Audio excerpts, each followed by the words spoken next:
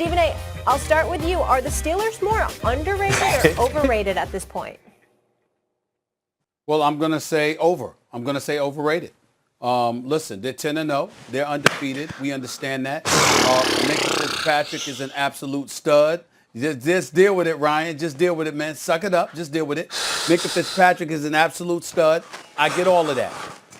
I'm very, very worried because Ryan Clark is missing something that's very, very important. What's the measuring stick, Max and Molly and Ryan Clark? And I appreciate that Super Bowl trophy. Thank you very much, even though you retired a Redskin. But we'll deal with that later. Here's the bottom line. The Kansas City Chiefs are the standard. When I look at the Pittsburgh Steelers, I'm asking myself, what are the chances that this number 3 defense against the pass, this number 7 defense against the rush, the number 1 defense in points allowed in the entire NFL, what are they going to do with those brothers? That's my measuring stick. So when I look at it from that perspective and I see the Steelers bending a lot, but not necessarily breaking. I'm seeing your boy, Ben Roethlisberger, even though he's playing like an MVP candidate, in a game, in a time in the season where 1 mistake or 2 mistakes will definitely cost you. I'm seeing some of the things that he does, some interceptions that should have taken place, some ill-advised throws, etc., etc. It makes me a bit nervous. The Steelers are a big-time team. I'm very proud of them. I know they're going to go to the playoffs. I believe they'll win at least a game in the playoffs. But I'm looking at them, and the measuring stick is, what are their chances to knock off the Kansas City Chiefs? And if I think those chances are slim to none, and we're looking at them overrated and talking about them at 16-0, it gives me cause to pause. That's where I'm at. Well, I didn't say they were overrated. They said, are you leaning more towards underrated or overrated? When you look at them being undefeated, you're talking about a team that could go 16-0. You're talking about, oh my God, Super Bowl champions. I don't view them that way. I just don't. First of all, Ryan, let me explain. I am loath to defend Stephen A. Smith, but let me explain what's the psychology, what's going on. He's a Steelers fan. He's trying not to jinx him. Stephen A., I see what you're doing. Don't worry about that, man. I got you. How did you find that location? How do you? Well, he was up there backpacking or something, right? Yeah, I was out there. Yeah. I was out there. No, he was right. You were there. With my bear spray. Yeah. My fishing line. He had all that. Snowshoeing. All that sort of stuff. I told you he's very sneaky. Not a lot of people out there. So you mentioned COVID free. You mentioned BA tonight, obviously, Tom Brady and Bruce Arians. Tonight it's going to be the Bucs and it's going to be the Rams on Monday Night Football. And we're going to get into this with our special guest here in just a couple of minutes. But I want to mention this game, as you may have heard, is going to be the first game in the 101-year history of the National Football League in which every single official on the field is going to be African-American. Now, this is something the league announced a little over a week ago, and it's gotten tremendous acclaim. And before I talk to one of the most prominent African-American officials in league history, I just want to give a shout-out, a little history lesson here, if you will, if you would oblige so much, especially with you two fellas. It's important to mention tonight a guy by the name of Burl Toller, B-U-R-L. Burl was the first African-American official ever in the NFL, and he was an outstanding player himself. Key, you would appreciate this, a guy that's a former player that went on to do great things. He played for the 1951 University of San Francisco Dons, which is generally known as a basketball school in the 60s, right? But this is the University of San Francisco Dons. He played with Gino Marchetti. He played with Ollie Matson. Those guys were inducted into the Pro Football Hall of Fame. The athletic publicity director, so like the communications director for that team, Pete Rozelle, who went on to become the NFL commissioner. So I just want to give a tip of the cap to Jerome Boger, who will be tonight's crew chief. We're going to talk to Mike Carey, who was one of the most prominent African-American officials in the NFL in just a moment. But just a tip of the cap, because always, as you guys know in sports, somebody's got to come first.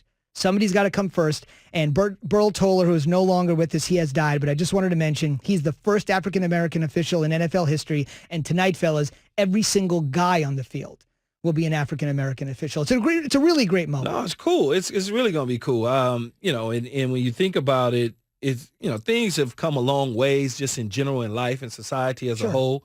But to be able to put an entire crew together just shows you how far and how long the NFL has gone to do these things. I mean, it's great, and they put it on a national stage. They didn't like have it on a Sunday, buried in the Detroit Lion. I don't know. Give me a bad team, Detroit and Jets game. You know, in Detroit, they kind of Monday night big stage. It's gonna be cool. It's gonna be real cool. I think it's monumental. There's also a part of me, it's kind of like my dad, where I'm like, man, it's 2020. It took that long to do something like that. I guess you had to do it with intent, but the fact that it's done, like that's what it should be, though, right? I mean, your referee should look like how the country looks, and it should be diverse, and you know, that's the way it should be. Well, I think it probably, you know, in terms of the NFL, the diverse part of it, how many people are out there that's African American that really, how many really wanted to become referees, so to speak, right? Is there enough? To your point, though, Jay, maybe it should have been done a while ago, but it's being done tonight. I understand. So yeah. I'm with you. That's the fun part about it. It's being done tonight.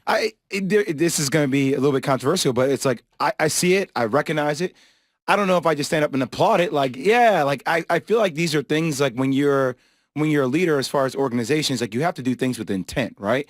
And that's why I said it's 2020. Just but feels it like takes sometimes, though, Jay. It takes to be pushed. I agree. It takes certain things to get people's attention. That's true. And then they realize, right? They realize, you know what? We might want to think about doing this. And maybe Troy Vincent mentioned it to him and got him to push to do it. And because everything else that's going on in our country, it's like, okay, all right, yeah, we're going to do it. Think about some of the commercials that you see now.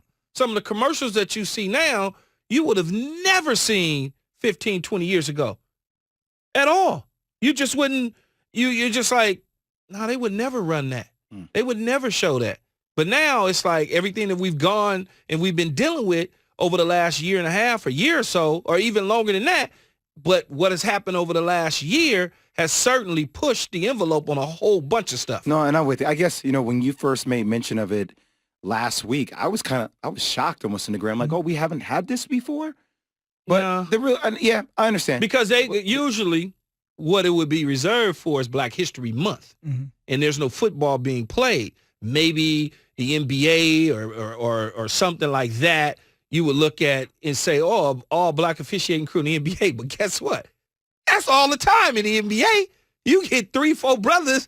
How many is it in basketball? 3, right? Or 4? Three. Yeah, you get 3 officials on the basketball court all the time. But in football, it's not like that. So if it was like in the past, and let's say, for instance, Black History Month was doing football season, I guarantee you 100% you would have seen it. Indeed. Let's head to the Shell Pennzoil Performance Line. As I mentioned, Burl Toller was the first. The most prominent likely is Mike Carey. You may not recognize the name, but if you've watched football at any point in the last several years, well, you do, Key, you certainly recognize Mike. Mike, good morning. I want to mention... screwed up a few calls that I was on. No, come on. The refs are always right. They're human. You got to cut him a break. Mike, good morning. Jerome Boger is the crew chief. But before I ask you this question, I just want to make sure we mention every single name of the guys that are going to be out there. And Mike, I know you're watching with a lot of pride. So Jerome Boger, the crew chief. Barry Anderson is the umpire. The down judge is Julian Mapp. The line judge is Carl Johnson. The field judge is Dale Shaw. The side judge is Anthony Jeffries. And the back judge is Greg Steed. As an African-American official yourself,